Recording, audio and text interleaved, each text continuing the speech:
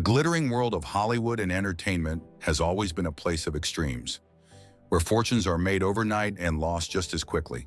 Behind the glamorous facades of red carpets and award ceremonies lie stories of spectacular rises and devastating falls. These are the tales of celebrities who once lived in mansions, traveled in private jets, and commanded million-dollar paychecks, only to find themselves homeless, broken, and forgotten by the very industry that once celebrated them. Mickey Rourke, the fallen angel of Hollywood. In the 1980s, Mickey Rourke was Hollywood royalty. With his brooding good looks and intense performances in films like 9.5 Weeks and Angel Heart, he commanded $7 million per picture and was considered one of the most bankable stars in the industry. His net worth peaked at around $40 million, and he lived a lifestyle to match: expensive cars, designer clothes, and exclusive parties.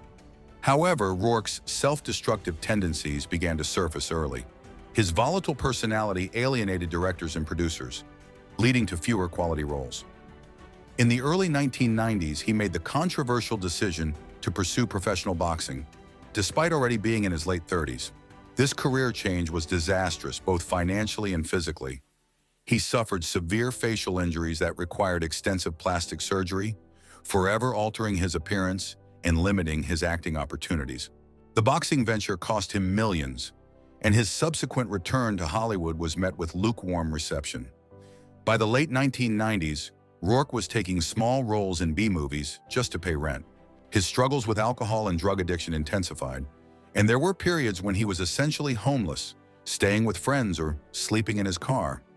He later admitted to contemplating suicide during his darkest moments. The transformation was shocking.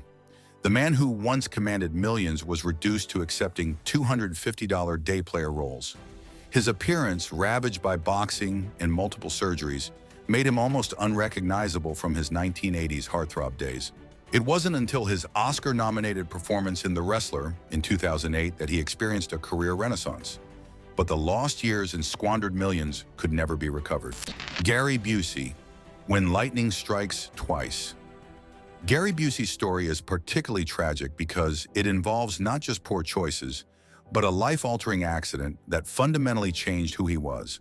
In the 1970s and early 1980s, Busey was a respected character actor with a net worth approaching $10 million. His portrayal of Buddy Holly in The Buddy Holly Story earned him an Oscar nomination and established him as a serious dramatic talent. Everything changed on December 4th, 1988, when Busey crashed his Harley-Davidson motorcycle in Los Angeles.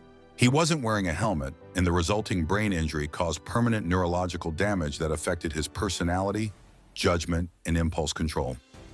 The accident marked the beginning of a long descent into addiction and erratic behavior. Post-accident Busey became increasingly unpredictable and difficult to work with. His cocaine addiction, which may have been manageable before the brain injury, spiraled out of control.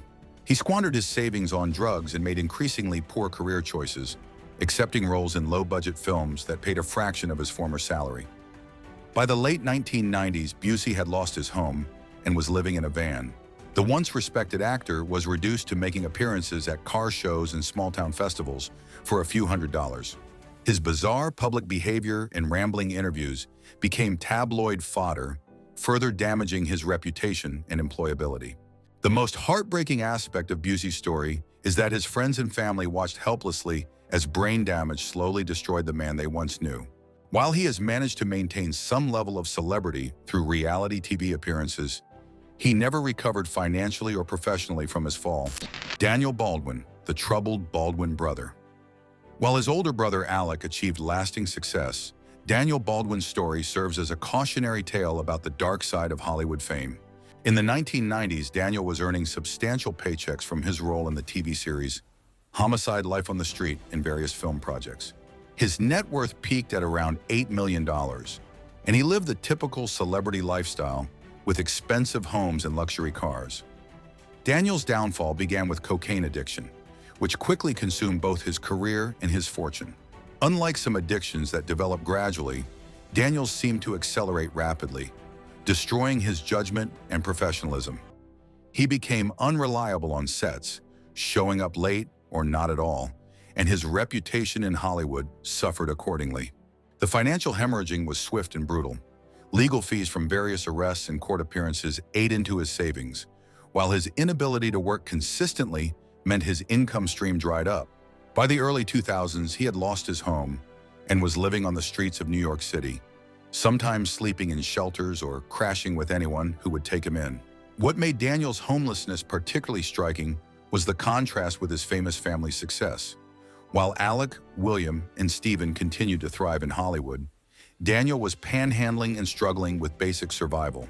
The media attention only made his situation more humiliating, as paparazzi would occasionally spot him in disheveled condition, creating tabloid stories about the fallen Baldwin brother.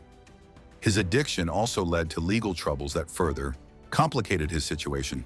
Multiple arrests for drug possession and disorderly conduct created a criminal record that made employment even more difficult to obtain.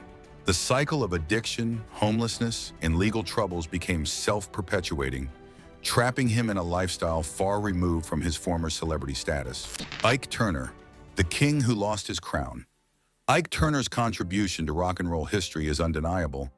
He's often credited with recording one of the first rock and roll songs, Rocket 88, in 1951.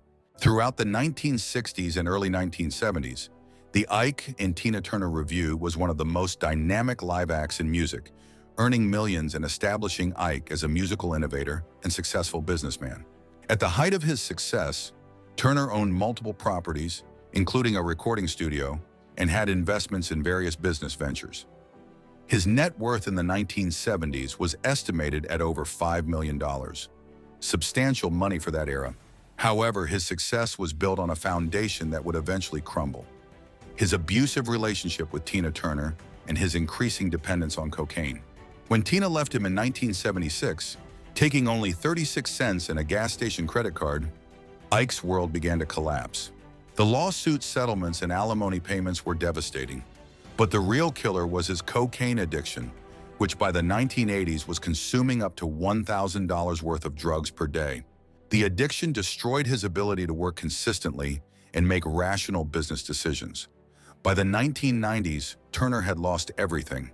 His recording studio was gone, his properties had been sold or foreclosed upon, and his reputation in the music industry was toxic due to both his personal behavior and the revelations about his treatment of Tina. He was living in a small, rundown apartment and taking whatever musical gigs he could find, often playing for a few $100s at small clubs. The final years of Turner's life were marked by poverty and isolation. Despite attempts at comeback albums and tours, he could never escape the shadow of his past or fully overcome his addiction. When he died in 2007, he was living in a modest rental property, a far cry from the empire he had once built. Scott Weiland, the voice that faded to silence. Scott Weiland's story is one of the most tragic in rock music history. As the lead singer of Stone Temple Pilots and later Velvet Revolver, Weiland was one of the most distinctive voices of the 1990s alternative rock scene. At the peak of STP's success, the band was selling millions of albums, and Weiland's net worth reached approximately $8 million. Weiland lived the classic rock star lifestyle, expensive cars, designer clothes, and a magnificent home in Los Angeles.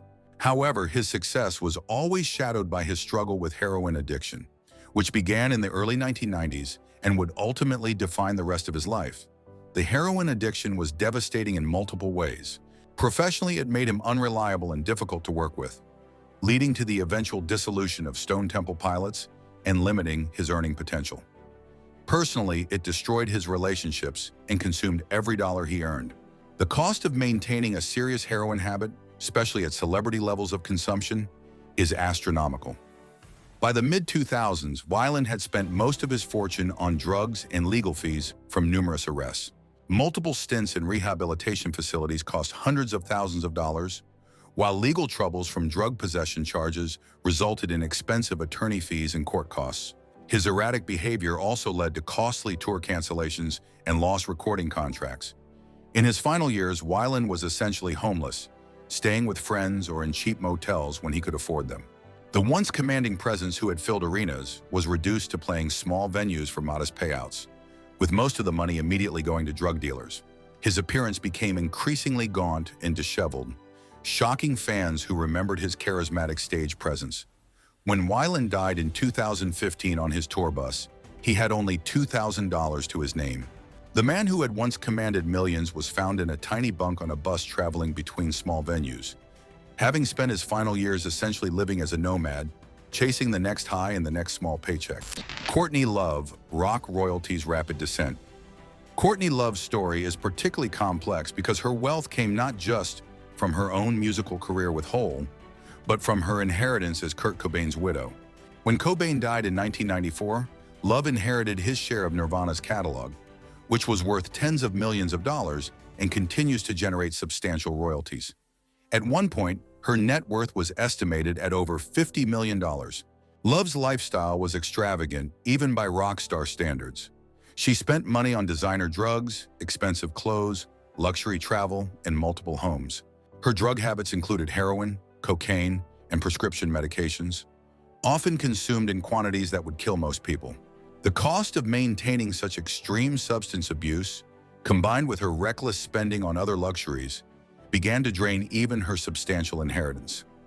Legal troubles compounded her financial problems. Multiple lawsuits, including disputes over Cobain's estate, custody battles over their daughter Frances Bean, and various civil suits related to her behavior, resulted in millions of dollars in legal fees. Her erratic behavior also led to lost opportunities and canceled projects, reducing her earning potential. By the mid-2000s, Love had burned through most of her inheritance. She was forced to sell homes and possessions to maintain her lifestyle and pay mounting debts.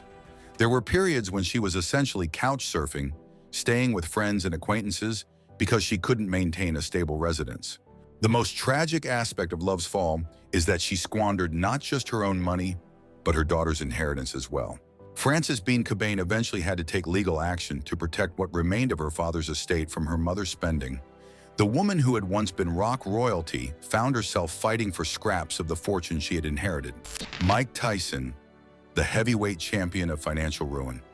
Mike Tyson's story is perhaps the most well-documented celebrity financial collapse in history. At the height of his boxing career in the late 1980s and early 1990s, Tyson was earning $30 to $50 million per fight and had a total net worth of over $300 million. He was the youngest heavyweight champion in history and seemed destined for lasting wealth and success. Tyson's spending was as legendary as his boxing. He owned multiple mansions, including a 52-room estate in Connecticut, with gold-plated fixtures and a pool shaped like his initials.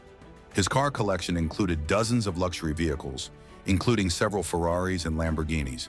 He kept Bengal tigers as pets, spending $70,000 per year just on their care. His jewelry collection was worth millions, and he would routinely spend $100,000 on a single shopping trip. The financial bleeding was accelerated by his entourage, which at one point included over 200 people on his payroll.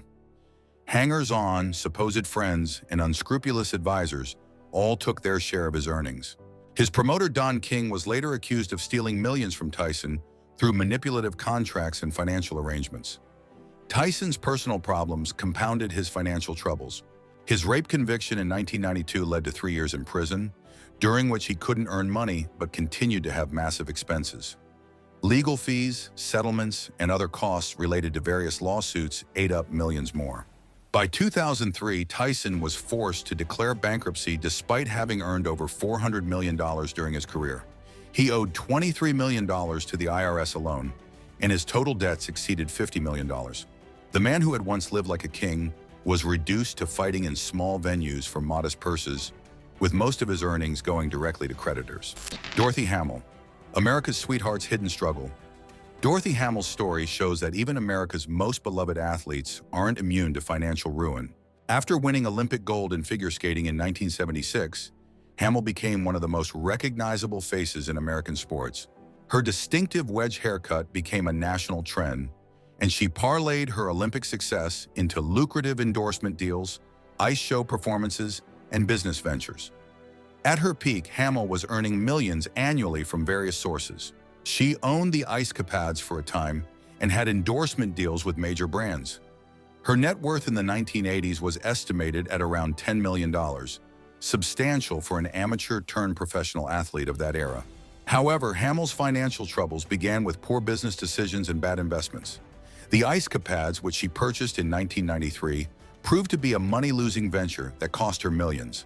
The ice show industry was declining, and the enormous overhead costs of touring with a large cast and crew quickly consumed her savings. Personal problems compounded her financial troubles. Hamill struggled with depression and chronic pain from decades of skating injuries. Her medical expenses were substantial, and her mental health issues affected her ability to make sound financial decisions. The psychological trauma from this abuse affected her entire life and contributed to her struggles with depression and self-destructive behavior. By the early 2000s, Hamill had lost most of her fortune and was struggling to pay basic expenses. She was forced to sell personal memorabilia, including her Olympic gold medal, to raise money. The woman who had once been America's skating sweetheart was living in a small apartment and taking whatever work she could find in the skating world. Lawrence Taylor, the Giants' fall from grace. Lawrence Taylor was arguably the greatest linebacker in NFL history, revolutionizing the position and earning millions during his 13-year career with the New York Giants. His on-field success translated to enormous paychecks, endorsement deals, and a lifestyle befitting a superstar athlete. At his peak, his net worth was estimated at over $20 million. Taylor's spending matched his larger-than-life personality. He owned multiple homes, luxury cars, and was known for throwing expensive parties. However, his cocaine addiction, which began during his playing career, would ultimately consume everything he had earned. The addiction was incredibly expensive to maintain. Taylor later admitted to spending thousands of dollars per day on cocaine, often going on binges that would last for days or weeks. The drug also affected his judgment, leading to poor financial decisions and investments in questionable business ventures. Legal troubles stemming from his addiction and behavior resulted in expensive legal fees and settlements. Multiple arrests for drug possession and other charges meant constant legal expenses and lost opportunities for legitimate income. After retiring from football, Taylor's earning power diminished significantly, but his expenses and addiction remained constant. He went through his savings quickly and began accumulating debts. There were periods when he was essentially homeless, staying with friends or in cheap motels while struggling with his addiction.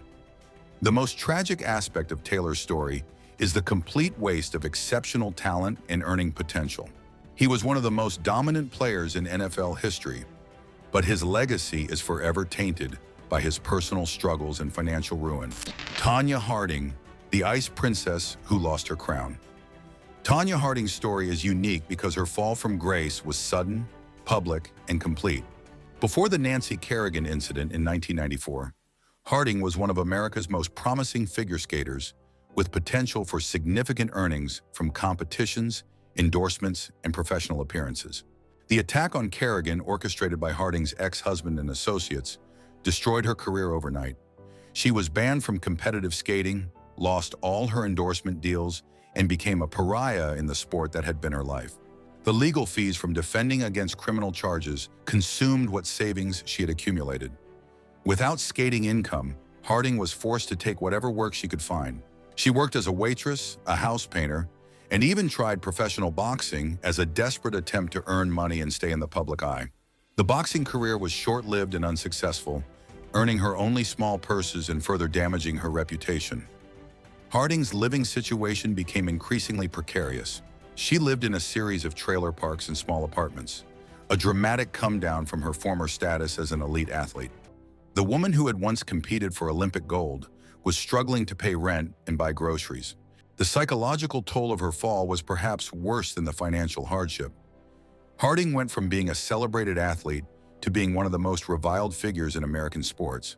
The constant media attention and public scorn made it difficult for her to find stable employment or rebuild her life.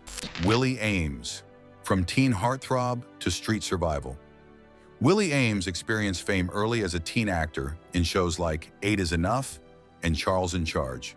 During his peak years in the 1980s, he was earning substantial money for television. Work and had a net worth of several $1 million.